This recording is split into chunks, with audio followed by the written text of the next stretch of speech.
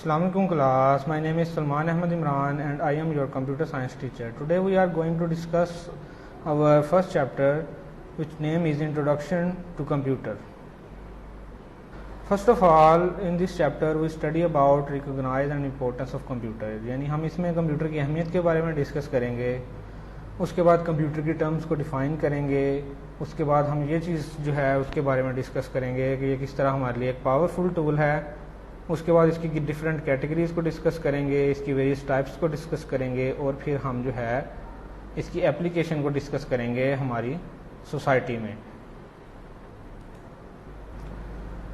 So first of all हम इसको describe करेंगे व्हाट इज़ कंप्यूटर लिटरेसी। यानी कंप्यूटर लिटरेसी जो है बेसिकली होती क्या है। तो the knowledge and understanding of computer and their uses in our daily life, यानी कंप्यूटर के बारे में इल्म हासिल करना, नॉलेज लेना और उसको अपने डेली लाइफ में अप्लाई करना, हम चेक करना कि उसका क्या क्या यूज़ है, उसे हम कंप्यूटर लिटरेसी कहते हैं। कंप्यूटर जो है वो एवरीवेयर हम यूज़ कर रहे हैं, आप अपने इर्द गिर्द देख लें, इवन कि आप जो कैलकुलेटर यूज़ कर रहे हैं वो भी कंप्यूटर है। उसके अलावा आप जो वॉचेज़, रिस्ट वॉचेज़ जो आपने घड़ी हाथ में पहनी हुई है वो भी बेसिकली कंप्यूटर की ही टाइप है। नेक्स्ट हम उसकी डेफिनेशन देखेंगे कि how is computer defined. Computer is an electronic device that process data and convert it into information. यानी कंप्यूटर एक ऐसी इलेक्ट्रॉनिक डिवाइस है जो डाटा को इकट्ठा करती है या हम उसमें डाटा को एंटर करते हैं, वो डाटा प्रोसेस होता है और उसके बाद वो जो डाटा है हमारा वो एक मीनिंगफुल इंफॉर्मेशन में कन्वर्ट हो जाता है। यहाँ पे उसी चीज़ को डिस्कस किया है कि फर्स्ट में हम जो है वो डाटा को एक्सेप्ट करते हैं, कंप्यूटर जो है वो डाटा को एक्सेप्ट करता है जिसमें वो रॉ फैक्ट्स हैं, फिगर्स हैं, मुख्तलिफ इमेज की फॉर्म में डाटा हो सकता है, वर्ड्स की फॉर्म में हो सकता है, सिम्बल्स की फॉर्म में हो सकता है। Then process data into information. उसके बाद जो हमें वो डाटा मिलता है वो कंप्यूटर उसको इन्फॉर्मेशन की फॉर्म में, यानी कंप्यूटर को जो हम डाटा एंटर करते हैं उसको वो इन्फॉर्मेशन की फॉर्म में कन्वर्ट कर देता है, जिसमें वो डाटा को ऑर्गेनाइज करता है और मीनिंगफुल और यूजफुल फॉर्म में उसको कन्वर्ट कर देता है।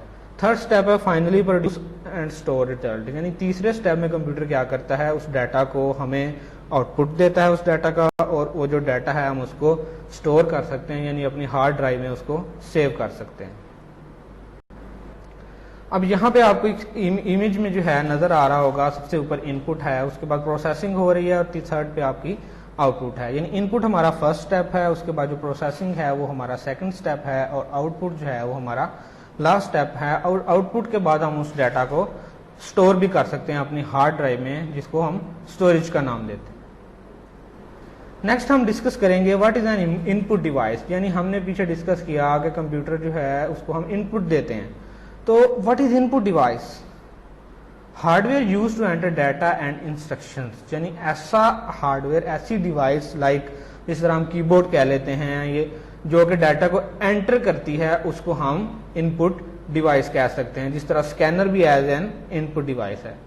अब इस इमेज में आप देख सकते हैं कि मुख्तलिफ इनपुट डिवाइसेस का जो है वो बताया गया है। सबसे ऊपर जो है वो वेब कैम दिखाया गया है, उसके बाद ये नीचे माउस है, कीबोर्ड है, माइक्रोफोन है, डिजिटल कैमरा है, स्कैनर है। ये सारी हमारे पास जो हैं वो इनपुट डिवाइसेस की ही एग्जांपल्स हैं।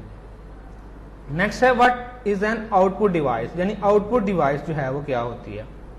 Hardware that conveys information to user. यानी ऐसी डिवाइस या ऐसा हार्डवेयर जो आपकी इंफॉर्मेशन को यूजर तक पहुंचाता है ताकि वो उस इंफॉर्मेशन को जो है वो यूज कर सके, उसे हम आउटपुट डिवाइसेस का नाम देते हैं। अब आउटपुट डिवाइसेस में हमारे पास जो है वो ये मॉनिटर आ जाता है या एलसीडी स्क्रीन जिसे कहते हैं। उसके अलावा हमारे पास स्पीकर्स हैं, प्रिंटर है, ये सारी जो हैं हमारे पास आउटपुट डिवाइसेस की एग्जांपल हैं। नेक्स्ट हमारे पास डेफिनेशन है व्हाट इज सिस्टम यूनिट। तो हम सिस्टम यूनिट को इस तरह एक्सप्लेन कर सकते हैं, box like case containing electronic components used to process data. यानी जो हमारा डेस्कटॉप होता है या जो हमारा जो है वो पीसी होता है, जिसे हम आम अल्फाज में पीसी कहते हैं, उसके अंदर जो मुख्तलिफ कंपोनेंट्स लगे होते हैं, लाइक उसके अंदर मदरबोर्ड लगा होता है, उसके अंदर जो है वो रैम होती है, उसके अलावा उसके अंदर रैम चिप्स के अलावा हार्ड होती है, मुख्तलिफ कंपोनेंट्स और भी लगे होते हैं। तो वो जिस बॉक्स में लगे होते हैं उस पूरे बॉक्स को हम सिस्टम यूनिट का नाम देते हैं। यहाँ पे आपको सिस्टम यूनिट दिखाया गया है, यहाँ पे सबसे ऊपर आपको स्टोरेज डिवाइस यानी ये हार्ड दिखाई गई है। उसके अलावा यहाँ पे आपको पावर सप्लाई नज़र आ रही होगी और ये सीपीयू ब्लैक कलर का जो है वो आपको नज़र आ रहा है। उसके अलावा ये मेमोरी कार्ड जहाँ पे यानी इसके अंदर हम अपनी रैम को इंसर्ट कर सकते हैं। उसके अलावा वीडियो कार्ड यहाँ पे आपको नज़र आ रहा है और लास्ट पे आपको यहाँ पे साउंड कार्ड नज़र आ रहा है जो कि आपकी साउंड को प्रोड्यूस करवाता है। नेक्स्ट है what are the main components on the motherboard, यानी हमने अब कंप्यूटर के बारे में डिस्कस किया कि उसके अंदर मदरबोर्ड होता है, उसके अंदर मुख्तलिफ कंपोनेंट्स लगे होते हैं जो कंप्यूटर को प्रोसेसिंग में मदद फराहम करते हैं। उसमें लाइक फर्स्ट ऑफ ऑल जो है वो सीपीयू है, सीपीयू जिसको सेंट्रल प्रोसेसिंग यूनिट कहते हैं और उसका दूसरा नेम है is also called a processor. अब प्रोसेसर का क्या काम है, carries out instructions that tells computer what to do, यानी प्रोसेसर को हम जो है वो कंप्यूटर का ब्रेन कह सकते हैं। ये work like a brain, brain का काम होता है पूरी बॉडी को कंट्रोल करना, इस तरह प्रोसेसर का जो काम है वो पूरे कंप्यूटर को कंट्रोल करना है। नेक्स्ट हमारे पास है मेमोरी चिप होती है जिसे हम आम अल्फाज में रैम भी कहते हैं।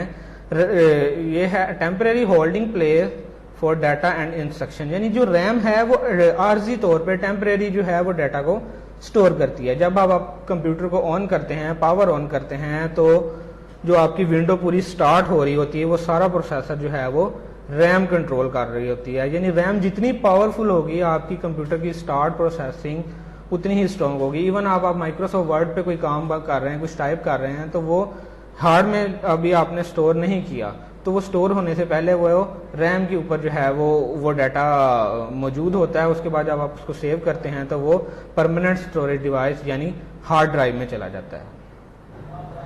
नेक्स्ट हमारे पास है व्हाट इज स्टोरेज।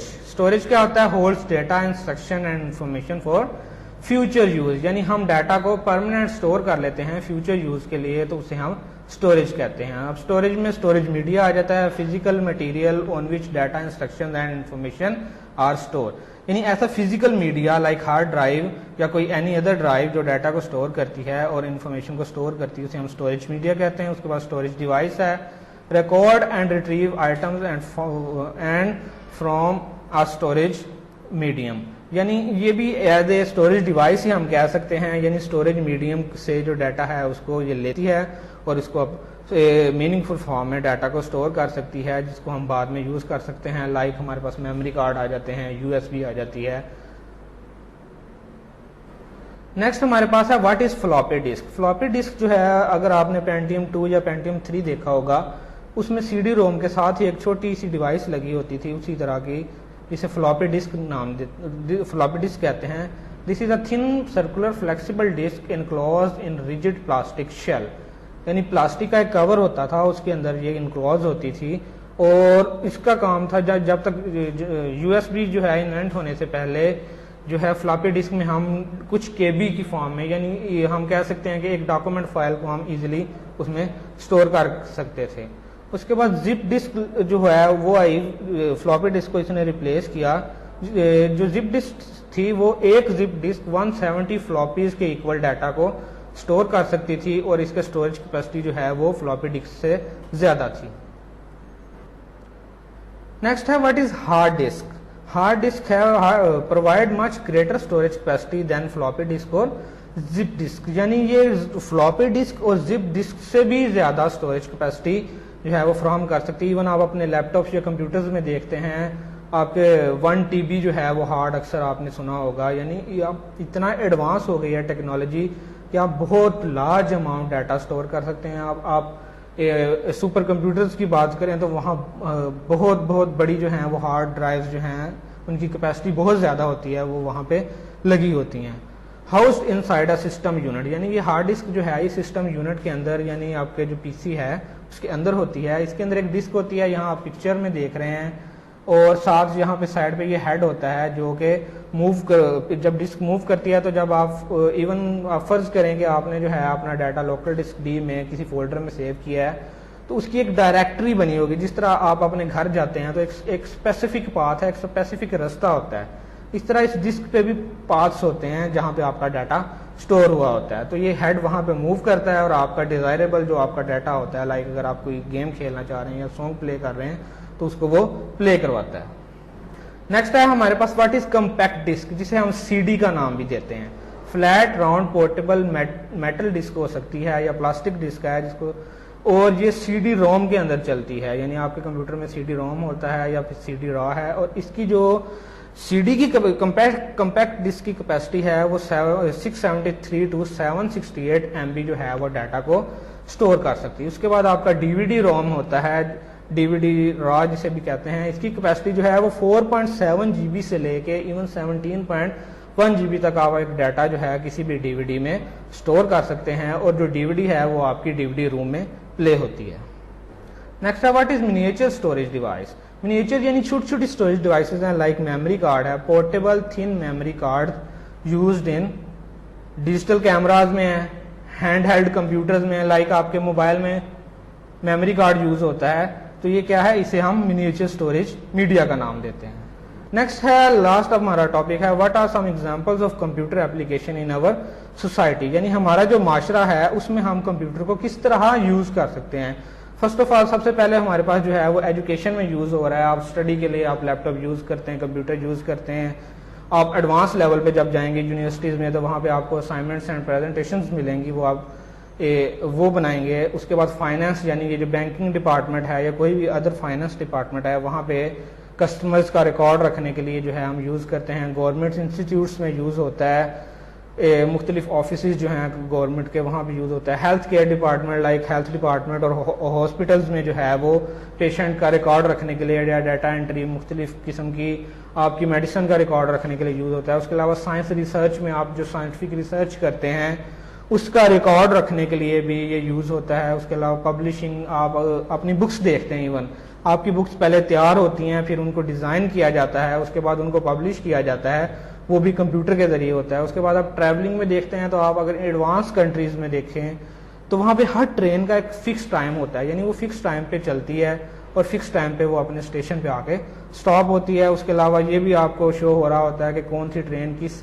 ट्रैक पे चल रही है या कौन सी बस किस ट्रैक पे चल रही है। तो ये सारा जो है वो ट्रैवलिंग में हम कंप्यूटर को यूज़ करते हैं। लास्ट पे हम इंडस्ट्री में यूज़ करते हैं। आप किसी भी इंडस्ट्री की देख लें, आप इवन के आप मोबाइल इंडस्ट्री में देख लें, वहाँ पे रोबोट्स होते हैं, या ये पिक्चर्स में आपको कार नज़र आ रही है। कार इंडस्ट्री में ये रोबोट यूज़ हो रहे हैं जिनको ये सिखाया जाता है कि उन्होंने एक स्पेसिफिक काम करना है। आप देख लें कि अगर आप हाथ से एक काम करते हैं तो हो सकता है कि अगर 3 से 4 पर्सन एक काम को कर रहे हैं तो उन सब के काम करने का स्टाइल डिफरेंट होगा, थोड़ा बहुत उनमें एरर होगा। लेकिन जब आप रोबोट को यूज करते हुए, रोबोटिक्स को यूज करते हुए कोई भी काम या कोई टास्क परफॉर्म करते हैं तो वो जो टास्क है वो आपके लिए बहुत फायदेमंद साबित होता है।